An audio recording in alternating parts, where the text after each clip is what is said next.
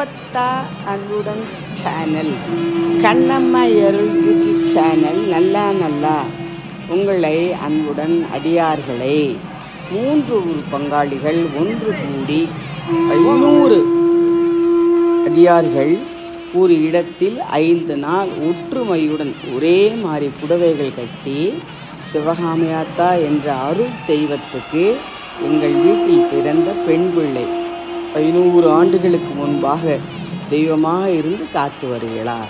அவளை கொல்லங்குடியிலிருந்து இங்கு அழைத்து வந்து பேழைப்பட்டியில் 3 வருஷம் 5 வருஷம் அல்லது வருஷம் ஒன்று கூடி அவளை சிறப்பித்து அவளின் பெயரில் நல்ல நிலை எல்லோரும் அடைந்து மேலும் வருவதால் அடியார்கள் கூடிக்கொண்டேதான் போகிறார்கள். இப்பொழுது எல்லோரும் அந்த கொல்லங்குடியில் வந்தவர்கள், மதகுப்பட்டியில் வந்தவர்கள், அலவாக்கோட்டையில் இருப்பவர்கள், நாற்றசன்கோட்டையில் இருப்பவர்கள், பெண் பிள்ளைகள் அழகாக சங்கு ஊதி ஒரே மாதிரி புடவை கட்டி செங்கமலத்தானில் போய் நீராடி நம்ம கண்ணாத்தா கோயில் தெப்பக்குளத்தில் வந்து நீரெடுத்து கோயில் முன்னே வைத்து படைப்பு சாமி கும்பிடுவதால் கற்பகிரகத்தில் உள்ள சாமியையும் வேறு சாமிகளையும் கும்பிடப் போவதோ அந்த நேரத்தில் நம் மனது ஒருமையுடன் இருக்க வேறு எந்த விசேஷம் விழாக்கள் சொந்தக்காரர் வீடுகள் எங்கும் போகாமல் நம்மளும் விரதம் இருந்து அவ்வளவு அன்போடு ஒற்றுமையாக நல்ல விஷயங்களை பேசி தாமதமான ஆண் பெண் பிள்ளைகளுக்கு மணமாலை கிடைக்கணும், கிடைச்ச மாலை அவங்க ஒத்துமையாக வச்சுக்கணும், தாய் தகப்பன் நல்லா இருக்கணும். இதே மாதிரி நீண்டு பல ஆயிரங்கள் பல ஜென்மங்கள் சிவகாமியாத்தா என்ற பெயரில் ஏலம் விட முடியாது, கடை வைக்க முடியாது.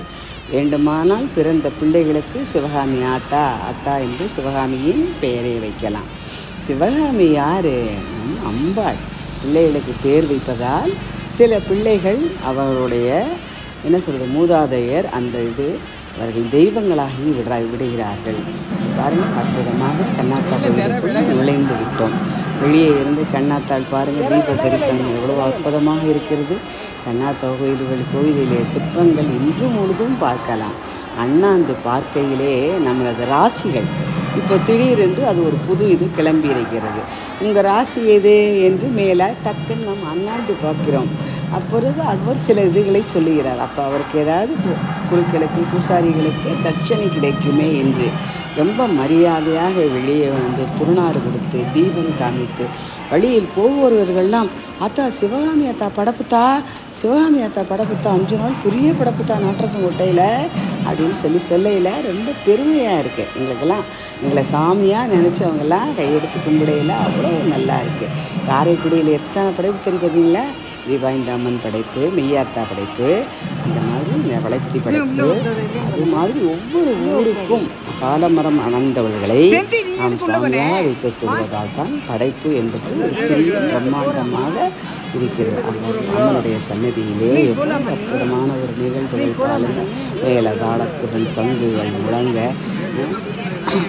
ஓம் சக்தி ஓம் சக்தி ஓம் சக்தி கண்ணுடைய நாயகி ஓம் சக்தி ஓம் சக்தி ஓம் கலியாட்ட நாயகி ஓம் சக்தி ஓம் சக்தி ஓம் ஆயிரம் செவ்வாய் பொங்கல் காண்பவளே ஓம் சக்தி ஓம் சக்தி ஓம் வெள்ளிரதும் தங்கிறதும் காண்பவளே ஓம் சக்தி ஓம் சக்தி ஓம் சக்தி ஓம் சக்தி ஓம் சக்தி ஓம் சக்தி ஓம் சக்தி ஓம் சக்தி ஓம் கப்பன் துயில் கொள்ளும் நாட்டரசங்கோட்டையிலே கண்ணாத்தா நடுவிரைக்க சுற்றி ராமரும் கருப்பரும் பெருமாளும் ஐயனாரும் அனைத்து தெய்வங்களும் நகர சிவன் கோயிலும்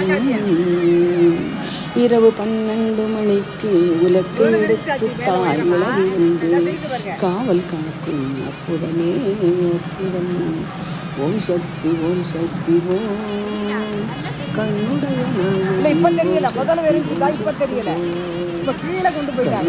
நாயகி ஓம் சக்தி ஓம் சக்தி ஓம் காப்பவளே ஓம் சக்தி ஓம் சக்தி ஓம் சிவகாமியின் தாயே ஓம் சக்தி ஓம் ஓம் சக்தி ஓம் சக்தி ஓம் சக்தி ஓம் ஊரணியில் தண்ணியெல்லாம் எடுத்துகிட்டு கோயிலேருந்து எல்லோரும் ஒரே மாதிரி கிளம்பி எங்கே பண்ணுறாங்க, விடுதிக்கு செல்வதுக்கு தயாராகிட்டு இருக்காங்க. இன்னும் கொஞ்சம் நேரத்தில் விடுதியில் கொண்டு தண்ணியெல்லாம் வச்சுட்டா இதே மாதிரி 5 நாட்களும் தொடர்ந்து இதை வச்சு நம்ம கண்ணாத்தா கோயிலுக்கு நீங்கள் பார்க்க முடியுது. வேண்டியதை நினச்சி பாருங்கள், வேணுங்கிறதெல்லாம் கிடைக்கும், நல்லது நடக்கும். மற்றவங்களுக்காக நீங்கள் வேண்டிக்கிங்க, அது நடக்கும். சிவகாமி ஆத்தாங்கிறவங்க ஒரு பெரும் தெய்வம். அவங்க வந்து ரொம்ப அற்புதமானவங்க. அவங்க ஒரு நாள் ஊரணிக்கு தண்ணி எடுக்க போயிருக்காங்க. அப்போ ஒருத்தவங்க தண்ணி கொடுத்துருக்காங்க. தண்ணி கொடுத்தவங்க 2-3 நாள் தண்ணியை குடிச்சிட்டாரு. அவங்களுக்கு ரொம்ப மனசு ரொம்ப திருப்தியாக இருந்திருக்கு. தாய் நான் கல்யாணம் பண்ணிக்கிறீங்களா அப்பா பாட்டை கேட்டுன்னு சொல்லியிருக்காரு. இந்த பிள்ளை அதை வந்து என்ன பண்ணியிருக்கணும், மற்ற பிள்ளைன்னா பேசாமல் வந்திருக்கவங்க இல்லை அப்பா அம்மாட்ட சொல்லிடுங்க, அதெல்லாம் சொல்லலை. வீட்டில் வந்து தூணில் முக்தி அடைச்சிட்டாங்க. அப்புறம் இந்த குழந்தை ஏன் இப்படி செத்து போச்சு, ஆத்தா எப்படி செத்து போனாலும் மயங்கி எல்லோரும் ரொம்ப கவலைப்பட்டு ரொம்ப சோகம் அடைஞ்சிட்றாங்க. அப்புறம் ஒரு நாள் சிவகாமி ஆத்தா சாமி கும்பிடையில் வீட்டு விளக்கேற்றி சாமி கும்பிடையில் வந்து நான் தான் சிவகாமி ஆத்தா வந்திருக்கேன் அப்படின்னு சொல்லி அற்புதமான ஒரு நிகழ்வை சொல்கிறாங்க. என்னை எல்லோரும் கும்பிடுங்க, நான் அவங்கள எல்லாரையும் நல்லா வைக்கிறேன் அப்படின்னு சொல்லிட்டு அவங்க மலையேறிடுறாங்க. அதுலேருந்து தான் நம்ம சிவகாமி ஆத்தா வழிபாடுங்கிறது தொன்று தொட்டு ஆண்டாண்டு காலமாக நடந்துட்டு வருது.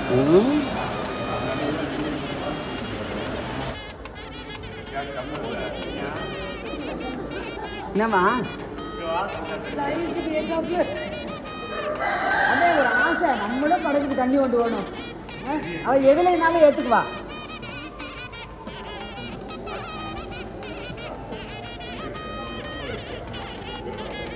எடுத்தாங்க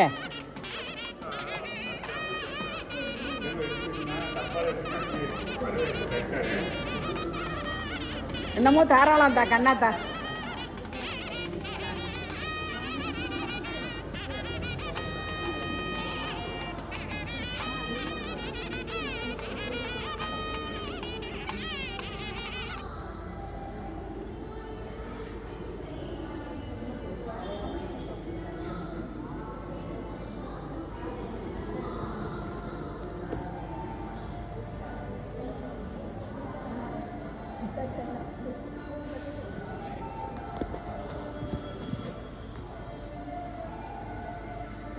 நீங்கள் மறந்து விட்டுட்டு போன தரேங்கிறாரா?